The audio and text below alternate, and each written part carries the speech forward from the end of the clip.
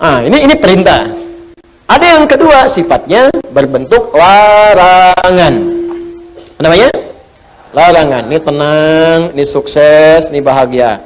Jadi ada yang sifatnya larangan. Pertama kata Allah, tinggalkan zina. Di surat Cahaya. Fokus. Cara berpikirnya begini. Perhatikan cara berpikirnya. Ini kebanyakan orang cuma baca. Tapi formulasinya nggak dipahami. Sehingga parameter tingkat keberhasilan mengkaji ayatnya itu nggak muncul. Cuma jadi pengetahuan tersimpan di pikiran kita, amalnya nggak ada. Di bacaan Nur, zina masih terus saja dikerjakan. Zina mata, zina telinga, zina lisan.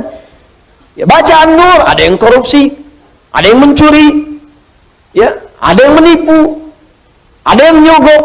Padahal ayat itu jelas. Maka dari itu, lihat perbandingan terbaliknya. Orang mengerjakan perintah akan meraih ini. Orang meninggalkan larangan, maka ini akan cenderung terjaga. Hatinya tenang, kesuksesan mudah didapat, kebahagiaan mudah diraih. Ketika yang dilarang dikerjakan, maka akan berdampak kepada jaminan yang tadi disebutkan. Zina, ketika zina dikerjakan, maka cenderung membuat hati tidak tenang. Makanya orang yang berzina nggak pernah tenang. Makanya zina dalam bahasa Arab, secara bahasa, az-zina, zina fil lughati asy-syu'ur bid-dhiq. Makna zina secara bahasa yang pertama adalah perasaan yang sempit dalam jiwa. Zina itu bisa ditulis dengan dua cara. Begini, zai, kemudian nun, alifnya ke atas. Ini bahasa orang Najdiyin, zina. Ada bahasa orang Hijaz, zai, kemudian nun, alifnya ke bawah begini, zina. Ya. Bisa ditulis dengan dua cara. Ini alif yang tadi saya sebutkan, alif bisa begini, tegak, bisa begini, ke bawah. Az-zina fil lughati lahu ma'anin katsirah wa minha asy-syu'ur bid-dhiq.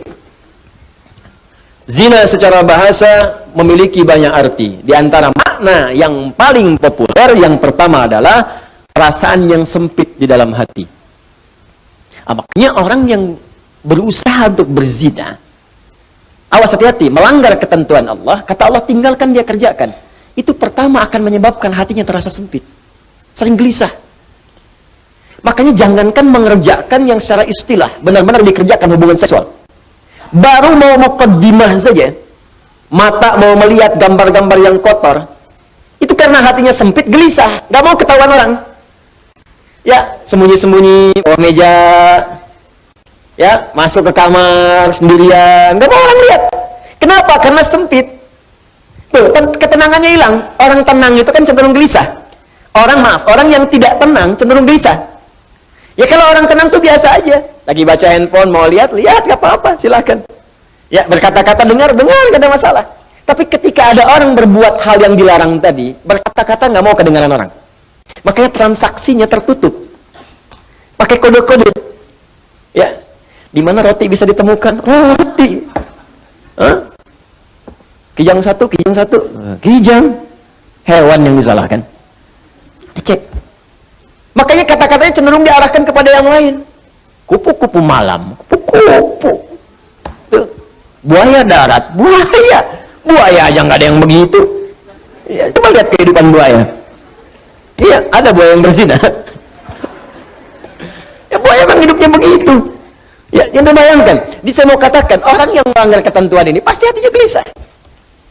Suami yang mencoba, pria yang mencoba kemudian bergaul di luar hal yang dibenarkan dan mencoba untuk berzina, pasti akan gelisah hidupnya.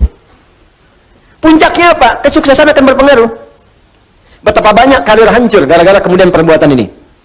Ya, betapa banyak kebahagiaan hilang, hancur rumah tangga, berpisah kemudian, anak-anak kemudian jadi terlantar. Makanya mikir dulu, kalau ada orang sudah berumah tangga, ada anak, berpikir untuk berbuat yang ini, mikir anak-anak Anda, kasihan. Nggak tega kemudian dia diolok-olok di sekolahnya. Bapak kamu pezina ya? Ibu kamu selingkuh ya? Itu anak Anda mau berbicara seperti apa? Dia masih kecil. Butuh perhatian yang dalam. Makanya orang yang berbuat hal yang seperti ini, pasti pertama akan terganggu kemudian ketenangan jiwanya. Kesuksesannya akan berpengaruh. Kebahagiaannya akan sirna.